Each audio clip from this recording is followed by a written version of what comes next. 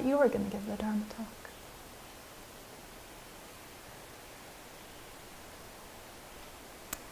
So I'd like to start with a koan. This is from the Blue Cliff Record, case 43. Tozan's no cold or heat. A monk asked Dongshan, that's Tozan's Chinese name. A monk asked Dongshan, when cold and heat descend upon us, how can we avoid them? Dongshan said, why don't you go to the place where there is no cold or heat? The monk said, where is that place where there is no cold or heat? And Dongshan said, when cold, let it be so cold that it kills you. When hot, let it be so hot that it kills you. A poem. A helping hand, but still 1,000-fathom cliff. Shou and hen, no arbitrary distinction here. The ancient emerald palace shines in the bright moonlight. Clever Conroe climbs the steps and finds it empty. So the way I learned about the ancestors was through hearing my teachers tell their stories in the form of koans during Dharma talks during Sesshin. So here we are. And later I would find my way to the collections of koans. There are many. So the Blue Cliff Record was the one that I just read from. There's the Mumon Khan, the Blue Cliff Record. There's the Book of Serenity, and all of them have 50 or more koans. And then also there are so many writings from the ancestors, so many teachings. Not just the chants that we chant in our chant book, but there's lots of people talking about the Dharma throughout the ages. And I was particularly drawn to studying the women ancestors. Within the first year that I was living here, the women's dorm emptied out, and I eventually was alone in there with one other woman. We were the sole women who weren't ordained at the monastery. And there's something that arose in me during that time of really craving to know that other women practiced the Dharma. I wasn't alone. And to hear the teachings of the women ancestors. At that time, we didn't have as many representations of the feminine in the enlightened feminine in the monastery. That's changed a lot. That was one of my vows, and Myoyu's vows a little bit. She took that up too, to bring in more images of the women ancestors. So for nourishment, I would read their stories in the library, and I loved discovering a new ancestor and a new story. But all the stories, not just the stories of the women ancestors, had a particular kind of nourishment. And part of what I've come to appreciate about these stories is that they're stories of awakening. They're not just stories, but they're pointing to something. They're odd. Where is this place where there's no cold and heat? It doesn't make sense to the conceptual mind. They're not like normal stories that you share. They have something peculiar about them. They have something mysterious about them. They don't make sense, yet they appeal to something in us. Part of us says, that's not rational. And another part of us says, And that seed gets in. That seed gets in and it's like, 2 years later, you're sitting and you're like, hot. Yet there's a place that isn't hot or isn't suffering this heat.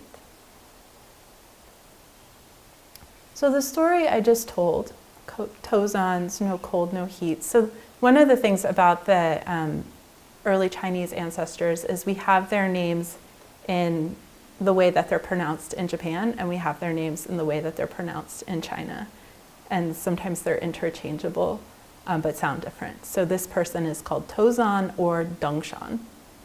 And Tozan is the author of the Precious Mirror Samadhi, which we chant during morning service. He was also the teacher of the teacher that I read when I did the reading from Maizumi Roshi, Guishan, the teacher of Guishan.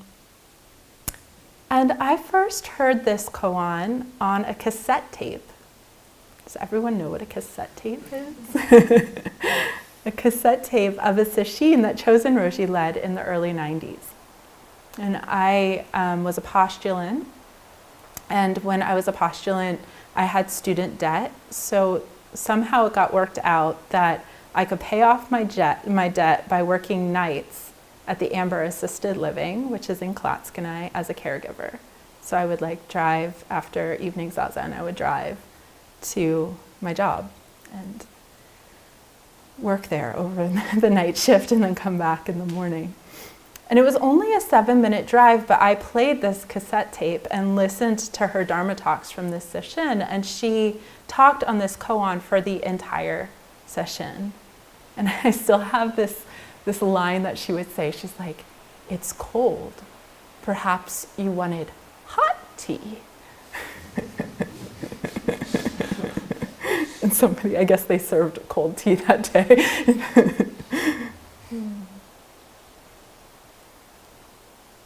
But she said other things that really piqued my interest. So she was telling the story of Tozan, Dongshan. There are many stories about him because he is the founder of the Soto Zen school.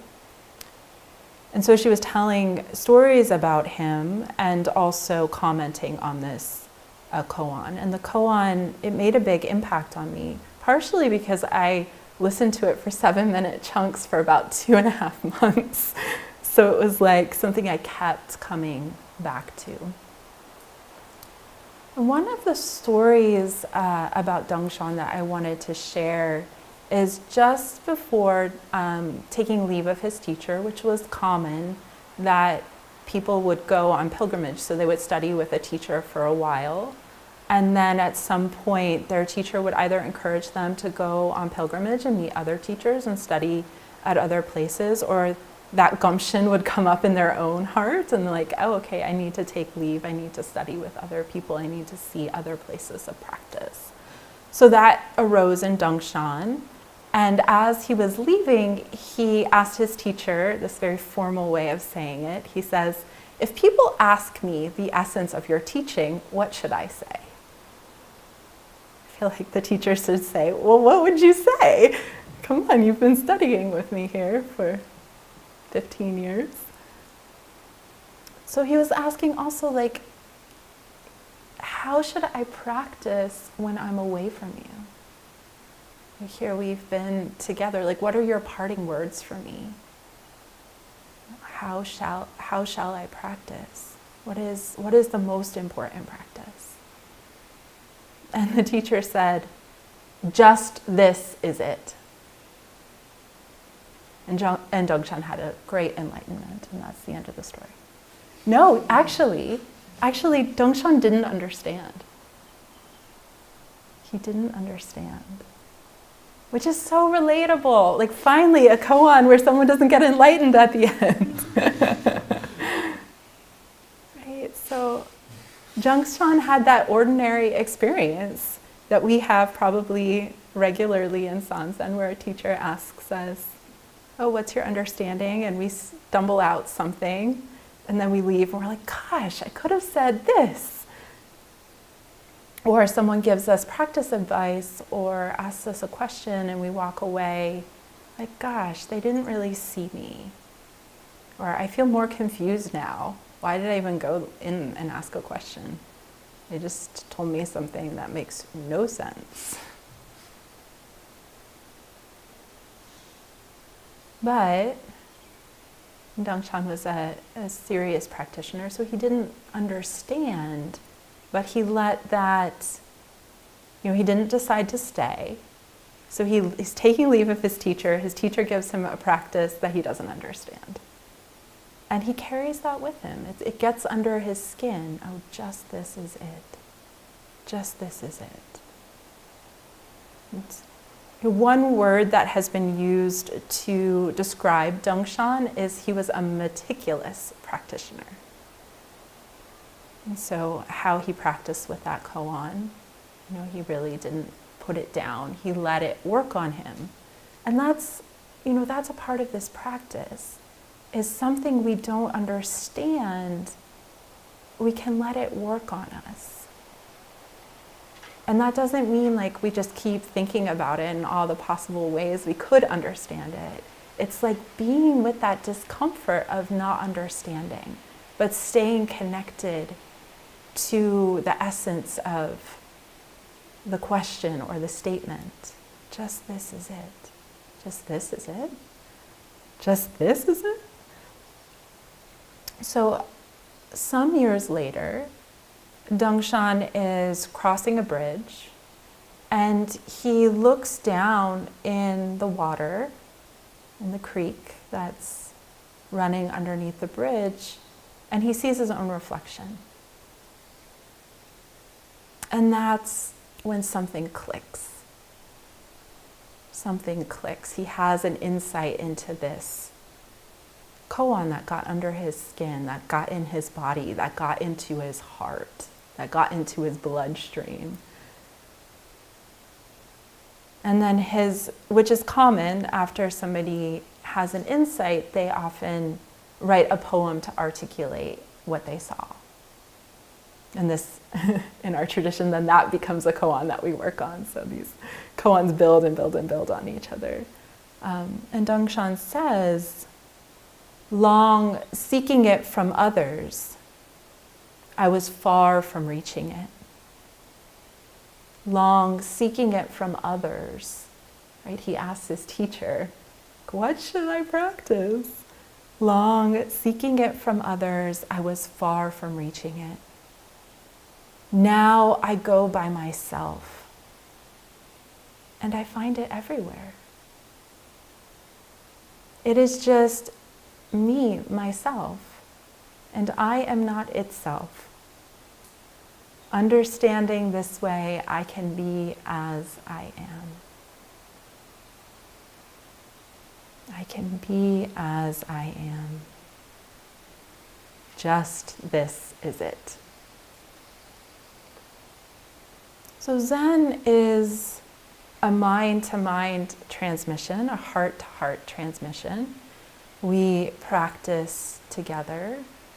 We practice together, and we're practicing looking into, opening to, remembering the heart-mind. It's not a thought-to-thought transmission or an intellect-to-intellect transmission, but it's the mind that is beyond thought and intellectual understanding. Sometimes it's written capital M, mind, or heart mind.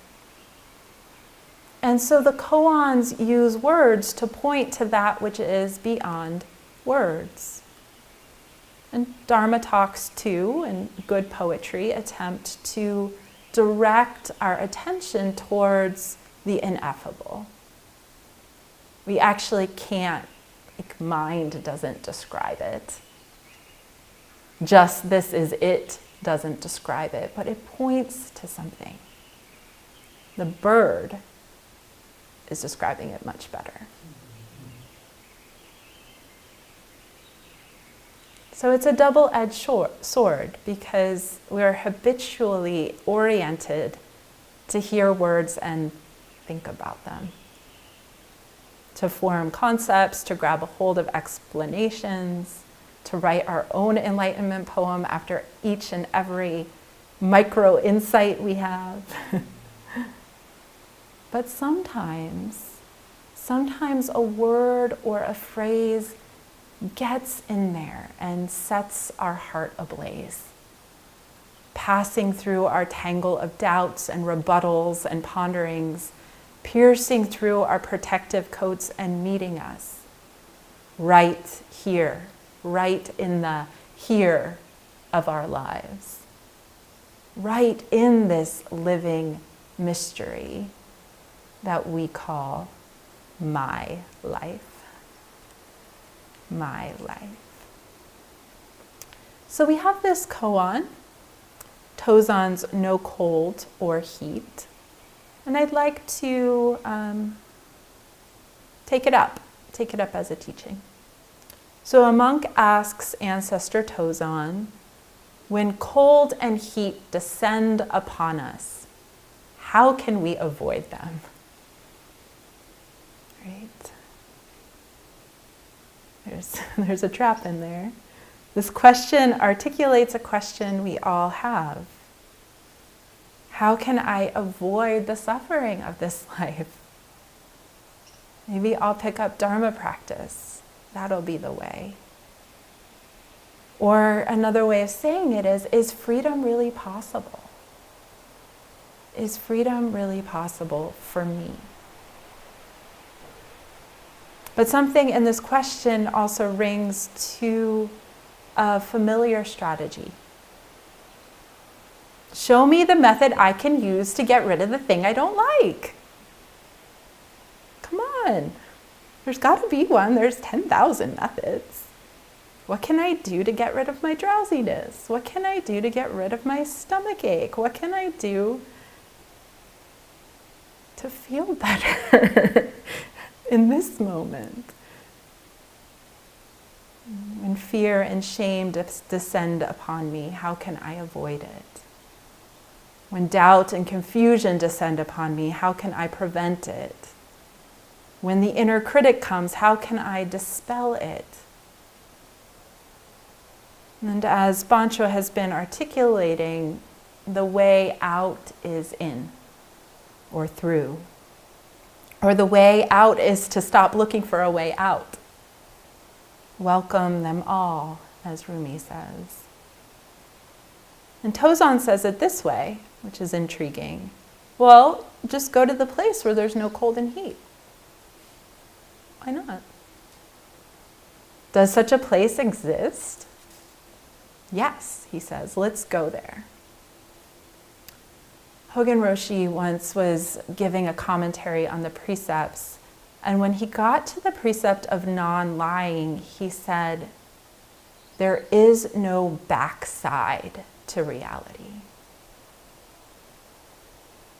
Everything reveals itself in its total momentariness. We think, oh, there's a way out, enlightenment. And when I'm enlightened, I'll get something, I'll go somewhere. There's this unfortunate, beautiful movie of Dogen Zenji, and then when he's enlightened, he like levitates and rainbows come out of his head. And it's like, that's it, that's what's gonna happen to us. We're all just waiting for that moment when everyone recognizes, where we turn into light. Poof, we're gone, problem's gone, it's over. But in the Zen tradition, and this is why this is unfortunate, because it's a movie about a Zen master, samsara and nirvana are one. This world of conditions and this world of freedom, they happen in this body, in this life, in this zendo. We're not going to poof away.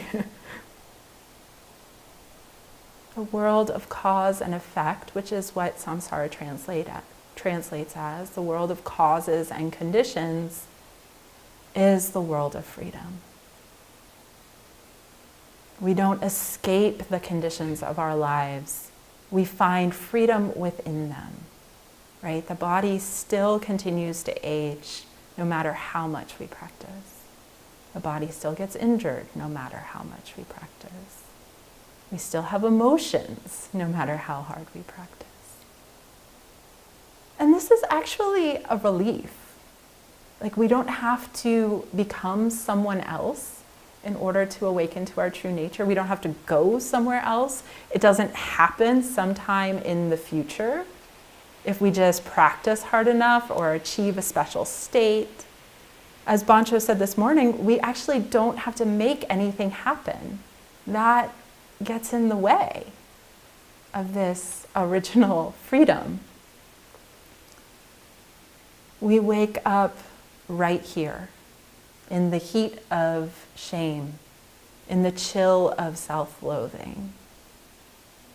The place that is free of heat is the heat itself. The place that is free of shame is the shame itself. It's shame without the one who's feeling shame. It's heat without the one who's feeling heat. It's critical thoughts without the one who's invested in believing those thoughts are true. So Tozan, in his way, is pointing to a pervasive habit that we have as human beings that rests at the heart of our suffering. It's the pain of separation, which comes from identification. This is me. This is not me. We suffer shame, pain, heat, cold, indifference, or whatever you fill in your blank of what you're suffering in this moment or earlier today, because we separate ourselves from our experience. And that separation can be a pushing away or it can be a attaching to. And this is subtle and it happens all the time, so no, you are not doing it wrong. This is what we're opening to in Sesshin. We're opening to this pervasive, subtle habit that we have. Actually, part of the technology of Sesshin is to slow us down enough so that we get more intimate with our experience, the body and mind calm enough that we can begin to notice this subtle, pervasive habit of selfing, of the project of I, me, my, the territory of I, me, mine. And the point of Sesshin isn't necessarily about being calm. Although this can be very healing for our nervous systems and is deep, deep medicine for our overly busy lives, the heart of Sesshin is to look into our dissatisfaction, to look into this sense of separation. So if you're feeling dissatisfied, good, it's working. It's working. You are in the right place. Notice the mind that does not want to hear that. But I like being calm. Like I said, this can be subtle. And in our ordinary lives, we might not even notice this subtle contraction of me, mine. One form it takes is that separation of body and mind that Bancho's been pointing to. I am up here, aware of my body, breath down there somewhere. I am listening to the birds out there. I am here meditating and it's going well, but then the inner critic started talking and now it's not going well. So we're invited again and again to become one with our experience.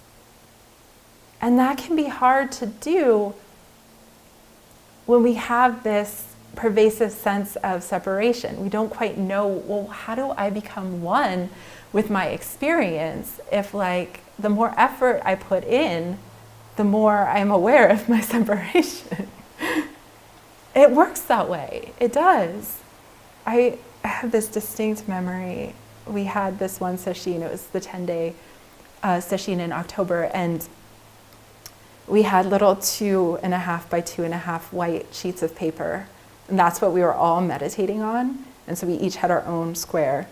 and they were like 3 to 6 feet in front of you. You got to choose the distance. And we were meditating on the paper, and Hogan kept saying, become one with the paper. And I'm like, when am I going to become that paper? My eyes were bloodshot. I became quite concentrated. Sorry for breathing heavily into like. But I still had that sense of like, the paper is bright, white, and shining. But I'm here and the paper is there. I'm here. I can look at the paper from my belly. I can look at the paper from my toes. I can try to like imagine myself in the paper, but still I am here and the paper is there. We can't make oneness happen. Really, because we're already one. We experience oneness all the time without recognizing it. We see a flower, the pink alights our eyes, and before the words pink or flower or what a beautiful flower arise, there's just flower consciousness. There's no separation. There's no I am seeing the flower. That happens. But before that happens, there's just seeing. There's just flower. Our lives are made of millions of moments like this. Millions of moments of just breathing, just seeing, just hearing.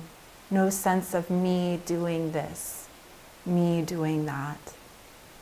Our identification with those moments are like clouds temporarily covering up the direct knowing of it. And that's what we're invited to look into the nature of. To look into the nature of this identification, this I, this sense of self that's looking at the paper or feeling your breath or just sitting, just breathing. To go to the place of no cold or heat. In Zen, we study the nature of our experience in order to align more fully with what is true. The Buddha taught that the nature of suffering has to do with a misunderstanding. We think there is someone in here. But have you ever met this person? Who is this I? Who is the one that's suffering? Who is the one that is aware? Who is the one that goes by me? We're invited to inquire, to investigate, to look into this sense of I am. Notice the mind thinking about the future or the past or narrating the present. Who is it that's thinking? So we're invited to look back at the thinker. Where are they located? What are they made of? Or if you're doing breath or listening practice, who is the one who's meditating? Who is the one that's aware of the breath? Who is the one that hears the sound of my voice or the sound of the birds? We're invited to turn our attention around and look back at this sense of self. And then to notice what happens. Do you catch yourself? Where do you land when you look? This is what the ancient ancestors called turning the light to shine within, or taking the backward step. So I want to read from Daikaku, who's a Japanese Zen ancestor. And just read a little bit of what he has to say about this practice.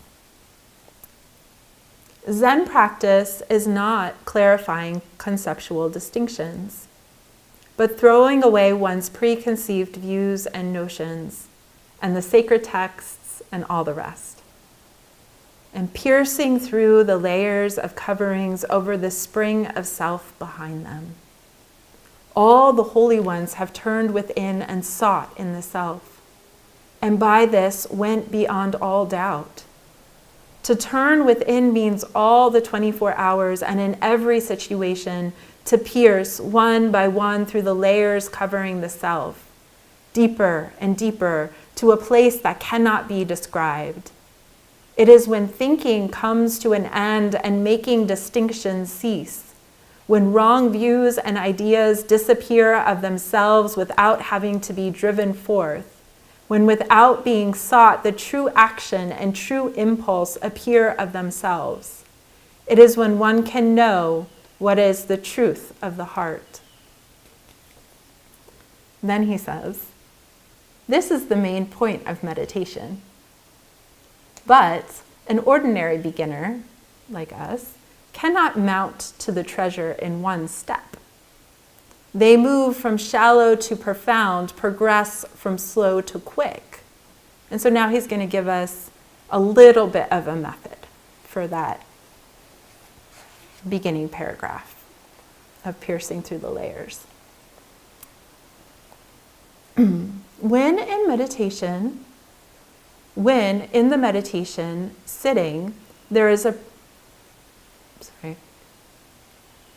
When in the meditation sitting there is an agitation of thought, then with that very agitated mind, seek to find where the agitated thought came from, and who it is that is aware of it.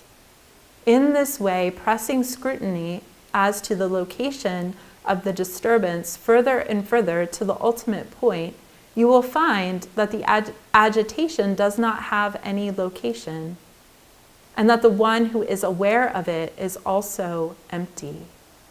This is called taking the search back. So it's with whatever is arising that we can look into the nature of the self, however the nature of the self is arising, whether it's arising as an agitated thought, or as a calm mind, or as one who is aware of the breath. So this is a worthwhile endeavor, and it doesn't mean that becomes like the next thing that we're fixated on, like I'm going to prove there is no self, or I'm going to see through the self. But it's just a little gentle looking from time to time throughout your Zazen, because we're poking holes at this sense of I am here doing this practice. Because it's just a sense, but we take it as real. So part of this looking is looking, and then what often happens is the sense of self temporarily recedes. As he said, we can't find it. We can't find the original location of the thought, because the moment we look for the thought, it's already gone. And this is something you can try out for yourself. And we also can't find the one who was aware of the thought. The moment we look, that sense of self, it dissipates. We see through it. It comes back around something else later, but it's just that, it dissipates. It's not fixed. I'm so used to constructing reality around this sense of I that kind of goes unquestioned. So this is just adding a little question mark to that I.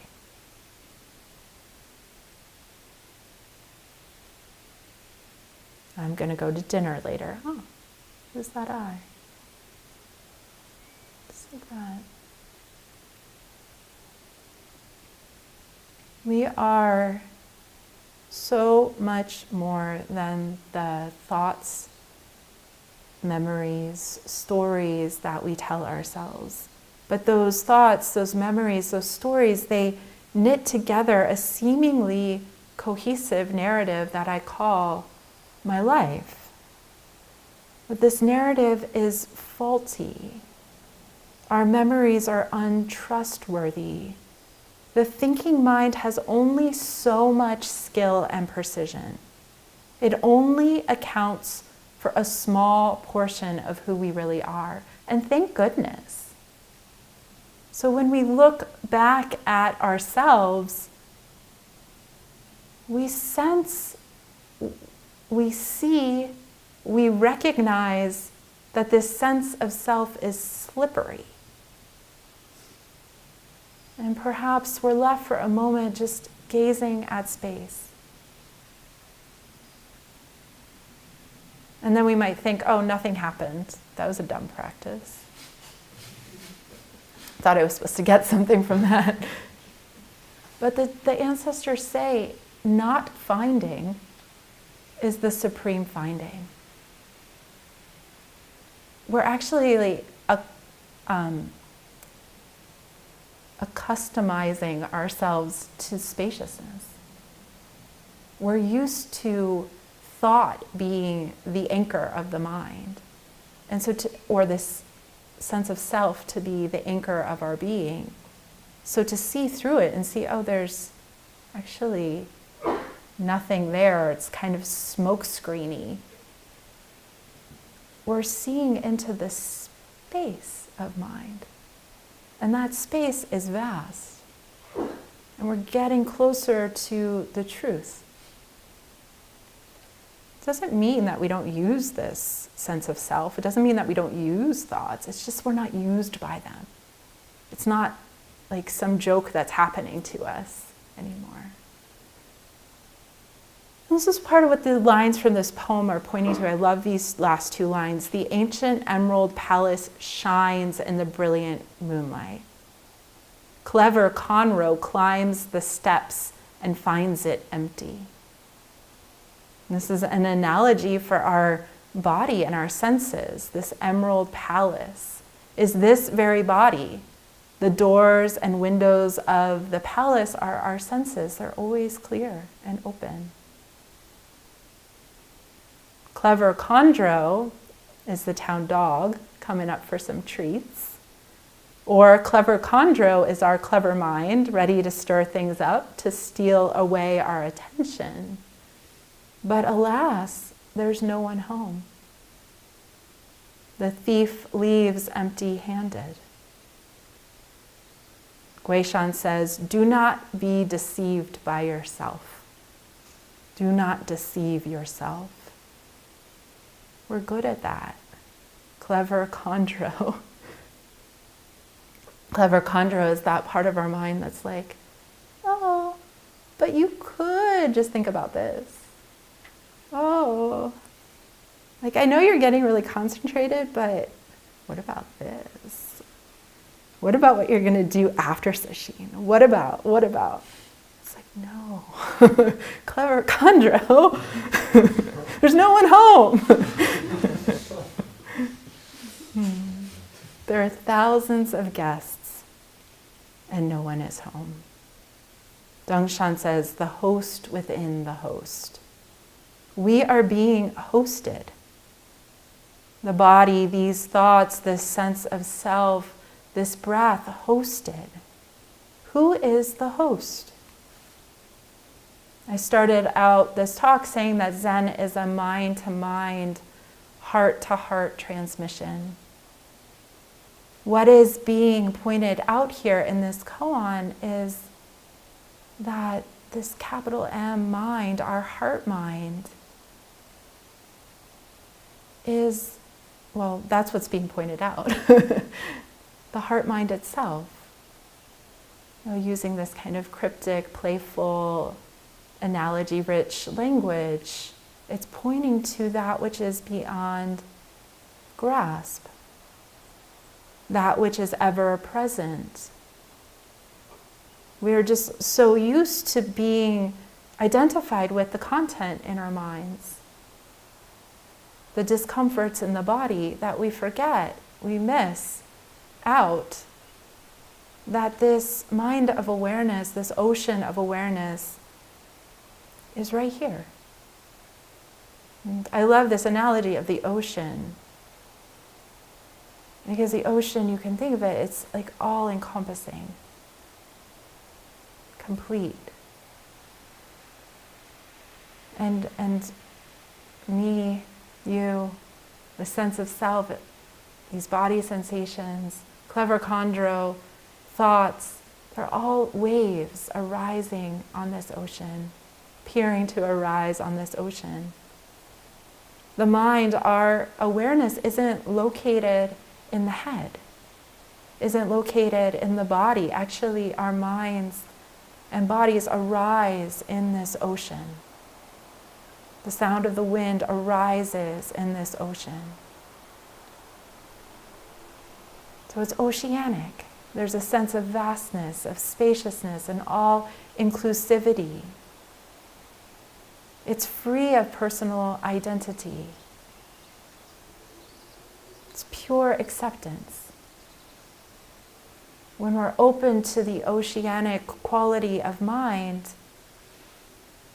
everything that happens is already accepted the moment it's happening. We don't even have to practice accepting it. It's already welcomed, just by the nature of it happening at all. The ocean of awareness is holding it, is containing it, is allowing it.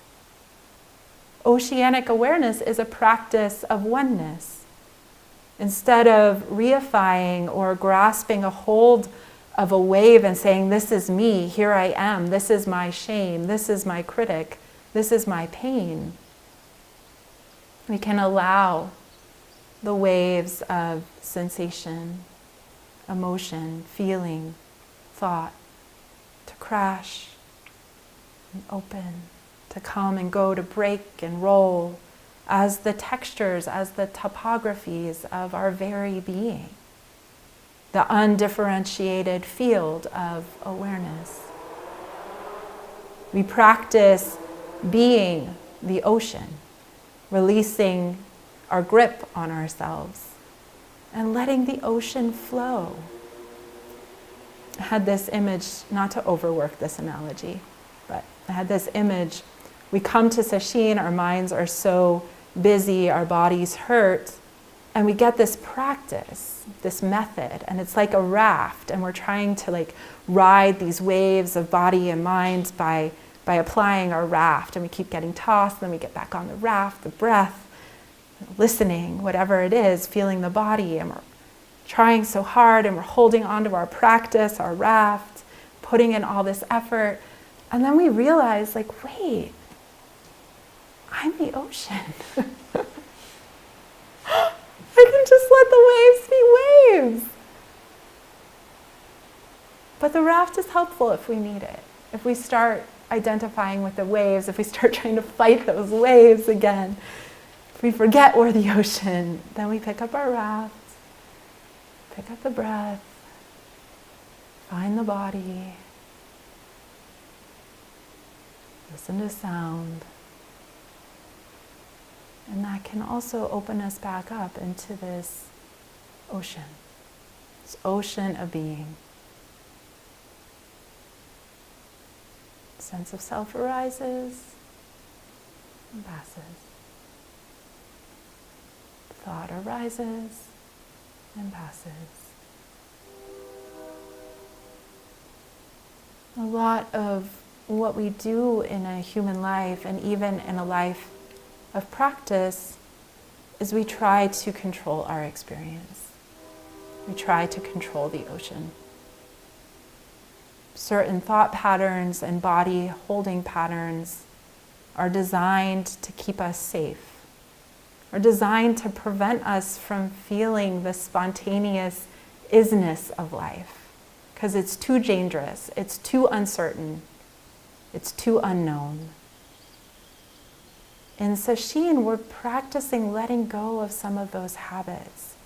We're realizing that actually it's okay, it's safe to feel our life without an agenda. It's safe, maybe just for a moment, to let our body breathe without needing to do something to the breath. It's safe even if just for a moment to let the body bloom in our awareness, to let shame come, to feel it, to feel all the textures of human experience, joy, ease, pain, frustration, and just to feel them as textures, as the contours of being a human. But that can feel a lot like dying.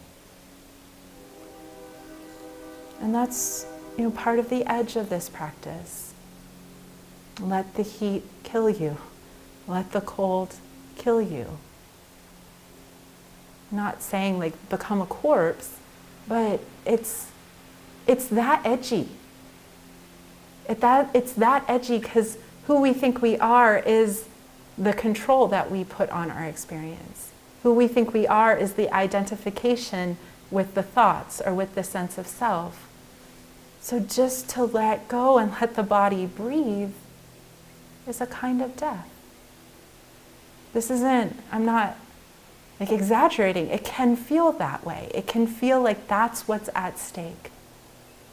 And so give yourself grace. This is not easy. It takes tremendous courage to be in this room, to be doing this practice together. Tremendous, tremendous courage. And I'm so grateful we're doing it.